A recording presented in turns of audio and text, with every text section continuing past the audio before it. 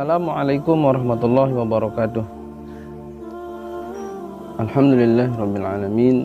Wassalatu wassalamu ala asyrafil anbiya'i wal mursalin wa ala alihi wa sahbihi ajma'in. Amma ba'du. Saudaraku yang beriman,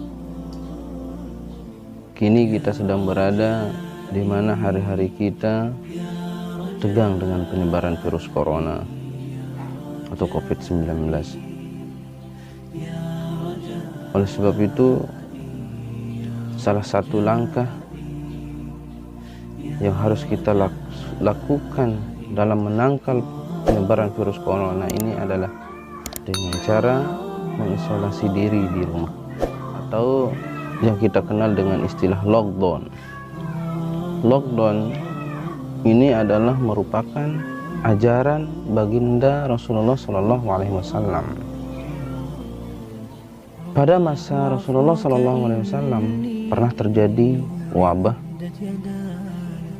Lalu kemudian Rasulullah SAW menginstruksikan kepada para sahabat pada masa itu untuk mengisolasi diri, menjadikan kebijakan lockdown sebagai langkah taktis, praktis, dan strategis menangkal penyebaran wabah, di mana wabah pada waktu itu yaitu wabah lepra dan kusta yang sangat ganas pada waktu itu. Kala itu Rasulullah SAW memerintahkan umat Islam agar tidak memasuki wilayah terindikasi diserang oleh wabah penyakit. Selain itu juga Rasulullah SAW memerintahkan agar mereka yang di dalam daerah yang diserang wabah penyakit tidak kemana-mana. Rasulullah SAW bersabda, "Iza sami'tum bit-ta'uni bil ardi fala tadkhuluha wa iza waqa'a bil ardi wa antum biha fala takhruju minha." Jika kamu mendengar wabah di suatu wilayah, maka janganlah kalian memasukinya.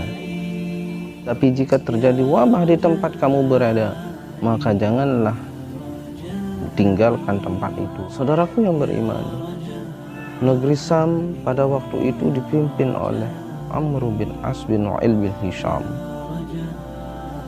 Lalu kemudian Amr bin As melakukan penelitian, melakukan pemetaan, mencari tahu gimana cara penyebaran daripada wabah ini.